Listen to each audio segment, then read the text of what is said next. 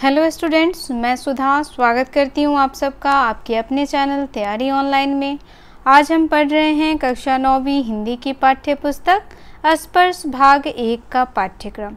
आज का शीर्षक है हमारा आदमी नामा अध्याय 9, जिसके लेखक हैं नज़ीर अकबर वादी। नज़ीर अकबर वादी की रचना है आदमी नामा। आदमी नामा कविता में लेखक ने आदमी के विभिन्न रूपों पर प्रकाश डाला है। कवि के अनुसार मानव में अनेक संभावनाएं छुपी होती हैं।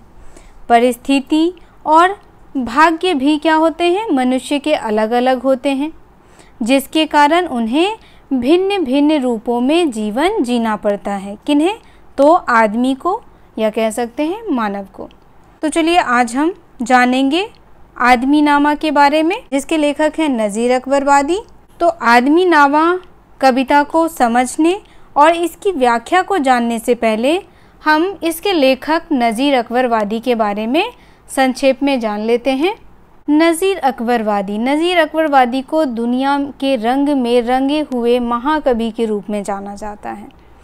नज़ीर अकबर वादी का जन्म दिल्ली शहर में 1735 ईस्वी में हुआ। बाद में इनका परिवार आगरा जाकर बस गया और वहीं इन्होंने आगरा के अरबी फ़ारसी के मशहूर अदीबों से तालीम हासिल की। यानी अरबी फ़ारसी के जानकार, जो भी अरबी फ़ारसी के बहुत अच्छे जानकार थे, उससे उन्होंने शिक्षा हासिल की। नज़ीर हिंदू त्योहारों में बहुत दिलचस्पी लेते थे और उसमें शामिल होकर दिलो जान से उसका लुत्फ़ उठाते थे। मियाँ नज़ीर शाह चलते नज़्में कहने के लिए मशहूर थे। चलते नज़्में कहने का अर्थ है चलते फिरते ही यह कोई नज़्मा सुना देते थे। अपने टट्टू पर सवार नज़ीर को कहीं से कहीं आते जाते समय राह में कोई भी रोककर फरियाद करता था कि उसके हुनर या पेशे से ताल्लुक़ रखने वाली कोई नज़्म कह दीजिए। नज़ीर आनन फानन में एक नज़्म रच देते थे। यही वजह है कि भिश्ती ककड़ी बेचने वाला बिसाती तक नज़ीर की रची नज़में गा गा कर अपना सौदा बेचते थे। तो वहीं गीत गाकर गुजर करने वालियों के कंठ से भी नज़ीर की नज़में ही फूटती थी। तो चलिए अब हम कवि नज़ीर द्वारा लिखे गए कविता आदमी नामा को पढ़ेंगे और साथ ही उसका व्याख्या भी जानेंगे। कविता है हमारा, दुनिया में बादशाह हैं सो हैं वह भी आदमी, और मुफलिस ओ गदा है सो है वो भी आदमी। जरदार बेनवा है सो है वो भी आदमी, नियमत जो खा रहा है सो है वो भी आदमी, टुकड़े चबा रहा है सो है वो भी आदमी। सबसे पहले हम इन कविता के पंक्तियों में जो कठिन शब्द हैं उनके अर्थ जान लेते हैं। बादशाह का अर्थ होता है राजा। मुफलिस शब्द का अर्थ है गरीब। गदा शब्द का अर्थ है भिखारी। जरदार शब्द का अर्थ है मालदार, यानी जिसके पास खूब सारा धन दौलत हो। वेनवा शब्द का अर्थ है कमजोर। नियमत शब्द का अर्थ है स्वादिष्ट भोजन।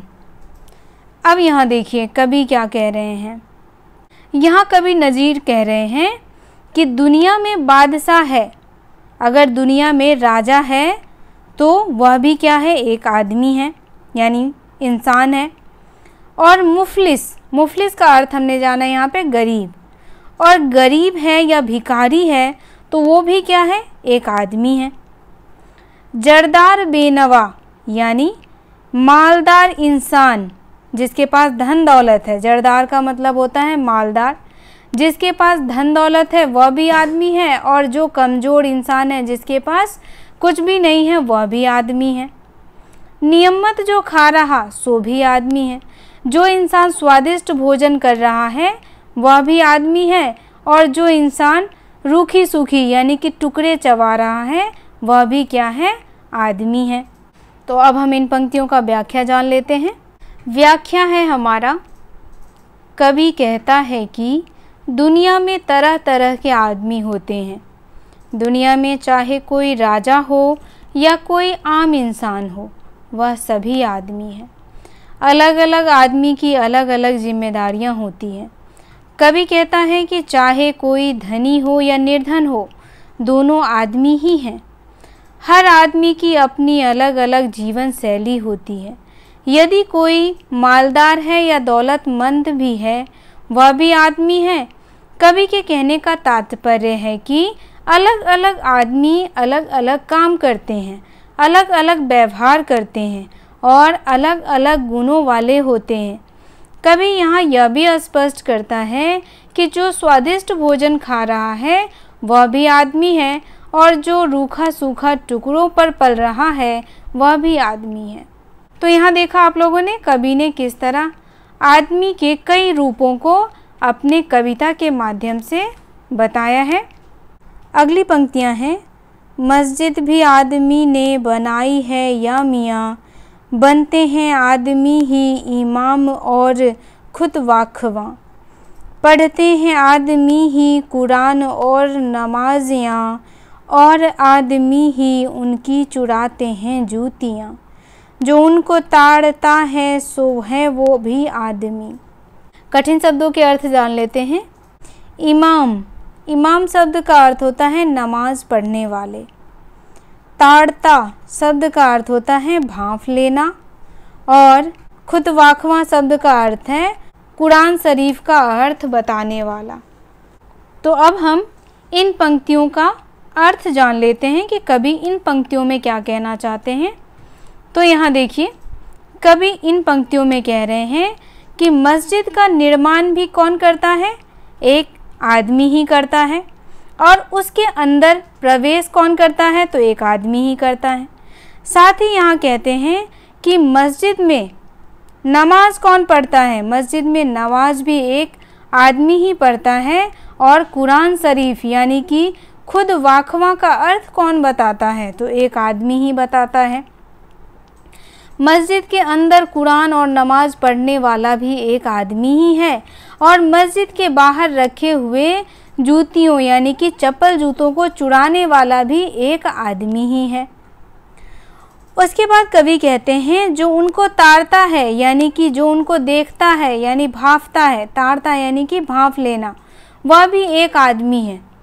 जो चप्पल जूतियों को चुराता है उनको कौन देख रहा है? तो एक आदमी ही देख रहा है, जो क्या कर रहा है? चप्पल जूतियों की रखवाली। तो चलिए अब हम इन पंक्तियों का व्याख्या जान लेते हैं। कवि कहते हैं मनुष्य की सबसे उलझाने वाली कृति धर्म और अनुष्ठानों, उनके विभिन्न रीति रिवाजों के बारे में कह रहे हैं कि इस दुनिया में मस्जिद बनाने वाला भी आदमी ही है और वह भी आदमी ही है जो मस्जिद में बैठकर नमाज पढ़ता है और कुरान शरीफ का अर्थ समझाता है। और उनसे कुरान शरीफ का अर्थ समझने वाला सामान्य लोग भी क्या हैं? मनुष्य ही हैं यानी आदमी ही हैं। इन सब के विपरीत जो दुष्ट मस्जिद में आकर ईमान और नमाजियों की जूतियां चुरा ले जाता है, वह भी क्या है? एक आदमी है। और इन चोरों पर नज़र रखने वाला भी कौन है? तो एक आदमी है। तो यहाँ कवि क्या कह रहे हैं? यहाँ कवि यही समझाने की कोशिश कर रहे हैं कि सारे कर्म कौन कर रहा है? जो भी काम है वह कौन कर रहा है? एक आदमी कर रहा है। आदमी ही चोर भी है और आदमी ही साध भी है। आदमी ही पुजारी भी है और आदमी ही पापी भी है। तो सारे कर्म मनुष्य के द्वारा ही होते हैं। मनुष्य ही सारे कर्म को करता है। कविता की अगली पंक्ति है हमारी, या आदमी पे जान को वारे है आदमी, और आदमी पे तेग तो मारे है आदमी। पगड़ी भी आदमी की उतारे है आदमी, चिल्ला के आदमी को पुकारे है आदमी। और सुन के दौड़ता है सो है वो भी आदमी। अब यहाँ देखिए आदमियों के बारे में बताते हुए कवि कह रहे हैं कि जो मनुष्य के जीवन को बचाता है यानी किसी की ज़िंदगी को बचाने के लिए अपने जान को दांव पर लगा दे, वह भी आदमी है। और जो किसी की जान ले ले, वह भी कौन है? आदमी है। वहीं कवि कहते हैं पगड़ी भी कौन उतारता है? आदमी। यानी कि किसी की इज्जत या सम्मान को कौन ठेस पहुंचाता है? तो वह भी कौन है? आदमी ही है। चिल्ला करके आदमी ही आदमी को पुकारता है। अगर कोई मुसीबत में हो तो वह चिल्ला करके क्या करता है, अपनी मदद के लिए किसी आदमी को बुलाता है, और उसी आवाज़ को सुन करके कौन दौड़ के जाता है उसकी मदद के लिए, तो उसी आवाज़ को सुन करके उसकी मदद के लिए एक आदमी ही जाता है। तो चलिए अब हम इन पंक्तियों का व्याख्या जान लेते हैं। व्याख्या है हमारा, कवि आदमी को आदमी की सच्चाई दिखाते हुए कहता है कि किसी की जान बचाने वाला भी आदमी ही है और किसी की जान लेने वाला भी आदमी ही है। किसी की इज्जत को मिट्टी में मिलाने वाला भी आदमी ही है और मुसीबत में किसी को मदद के लिए पुकारने वाला भी आदमी ही है और उसकी पुकार को सुनकर दौड़कर आने वाला भी आदमी ही है। कवि के कहने का तात्पर्य यह है कि यदि आदमी किसी को मुसीबत में डालने वाला है तो उस मुसीबत में पड़े हुए आदमी को बचाने वाला भी आदमी ही है। यानी एक मनुष्य ही क्या है, किसी को मुसीबत में डालता है और वही क्या करता है, उस मनुष्य को मुसीबत से निकालता है। एक आदमी ही मददगार भी होता है और एक आदमी ही क्या होता है, वह उसका दुश्मन भी होता है। तो यहाँ पर आदमी की व्याख्या करते हुए कवि यही कह रहे हैं कि जो सारे कार्य हैं वह आदमी के द्वारा ही किया जाता है। अब कविता की अगली पंक्ति देखते हैं। कविता की अगली पंक्ति है, असराफ और कमीने से ले शाह ता वजीर, ये आदमी ही करते हैं सब कारे दिल पजीर। या आदमी मुरीद है या आदमी ही पीर, अच्छा भी आदमी ही कहता है ए नजीर। और सब में जो बुरा है सो है वो भी आदमी। चलिए पहले हम कठिन शब्दों के अर्थ जान लेते हैं। असराफ शब्द का अर्थ होता है शरीफ शब्द का बहुवचन, यानी जो लोग अच्छे होते हैं उनको शरीफ कहते हैं। शरीफ का बहुवचन होता है असराफ। शाह शब्द का अर्थ होता है राजा या सम्राट, शाहजहां कह सकते हैं, राजा या सम्राट को शाह कहते हैं। वजीर शब्द का अर्थ होता है मंत्री। दिल पजीर, दिल पजीर शब्द का अर्थ है जो दिल को अच्छा लगे। मुरीद शब्द का अर्थ है भक्त, शिष्य, चाहने वाला। जब कोई किसी को चाहता है तो हम कहते हैं वह उसका मुरीद है। पीर शब्द का अर्थ है धर्मगुरु, संत, भगवान का भक्त। नज़ीर शब्द का अर्थ है कवि का नाम और मिसाल। तो यहाँ कवि ने अपने नाम का ही प्रयोग किया है नज़ीर शब्द के लिए। तो यहाँ देखिए क्या कह रहे हैं कवि। अब यहाँ देखिए कवि आदमी को आदमी की सच्चाई बताते हुए कह रहे हैं कि शरीफ, असराफ का अर्थ होता है शरीफ, शरीफ भी आदमी है और कमीना भी आदमी है, यानी जो बुरा इंसान है वह भी आदमी है। एक बादशाह भी आदमी है और एक मंत्री भी आदमी है। वहीं कह रहे हैं वह भी आदमी है जो किसी के दिल को क्या कर दे, खुश कर दे। दिल पिंजर का अर्थ होता है जो दिल को अच्छा लगे या दिल को खुश करने वाला। अगली पंक्ति में कहते हैं या आदमी मुरीद है या आदमी ही पीर है। कहते हैं मुरीद, मुरीद शब्द का अर्थ हमने जाना था कि आदमी क्या है, भक्त है, शिष्य है या किसी को चाहने वाला है। तो आदमी ही क्या है, मुरीद है, यानी वह किसी का भक्त है। और आदमी ही क्या है, पीर है। पीर शब्द का अर्थ होता है धर्मगुरु, संत या भगवान का भक्त। तो आदमी ही क्या है, एक शिष्य भी है और आदमी ही क्या है, एक धर्मगुरु भी है। अच्छा भी आदमी ही कहता है ए नज़ीर। वहीं कहते हैं कि अच्छा कौन कहता है, एक आदमी ही कहता है। और सब में जो बुरा है सो है वह भी आदमी। और जो मनुष्य के अंदर बुराइयां हैं वह भी क्या है, आदमी ही है। वहीं कभी कहते हैं कि आदमी के अंदर क्या होता है, बुराइयां भी होती हैं और अच्छाइयां भी होती हैं, वह भी क्या है, आदमी ही है। तो चलिए अब हम इन पंक्तियों का व्याख्या जान लेते हैं। व्याख्या है हमारा, कवि अपनी इन पंक्तियों में फिर से इंसानों की फितरत का जिक्र करते हुए कहते हैं कि इस इंसान में कुछ आदमी शरीफ भी हैं और कुछ अव्वल दर्जे के कमीने भी हैं। बादशाह से लेकर मंत्री तक सारे मनमाने काम करने वाले आदमी ही हैं। इनके कृत्य कभी सराहनीय होते हैं और कभी निंदनीय। इस दुनिया में आदमी ही शिष्य है और उनको सीख देने वाला परीक्षक भी आदमी ही है। अपने अच्छे कामों के लिए मिसाल बनने वाला भी आदमी ही है और बुरे काम करके बुरा बनने वाला भी आदमी ही है।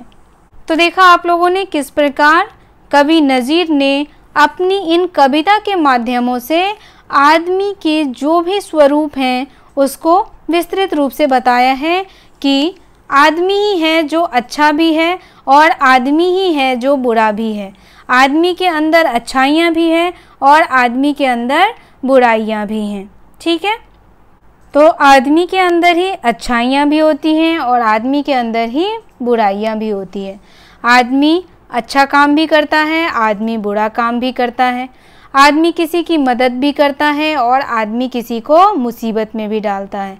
तो सारे काम कौन कर रहा है? तो सारा काम एक आदमी ही कर रहा है। तो आज का वीडियो यहीं समाप्त होता है। आपको वीडियो कैसा लगा आप हमें कमेंट करके बताएं।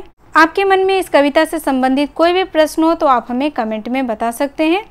मिलते हैं अगले वीडियो में। अगर आप हमारे चैनल पर नए हैं तो आप हमारे चैनल को सब्सक्राइब कर लें, वीडियो को लाइक और अपने दोस्तों के साथ भी शेयर करें। आप हमें इंस्टाग्राम और टेलीग्राम पर भी फॉलो कर सकते हैं, लिंक आपको डिस्क्रिप्शन में मिल जाएगा। आप सबका बहुत बहुत धन्यवाद।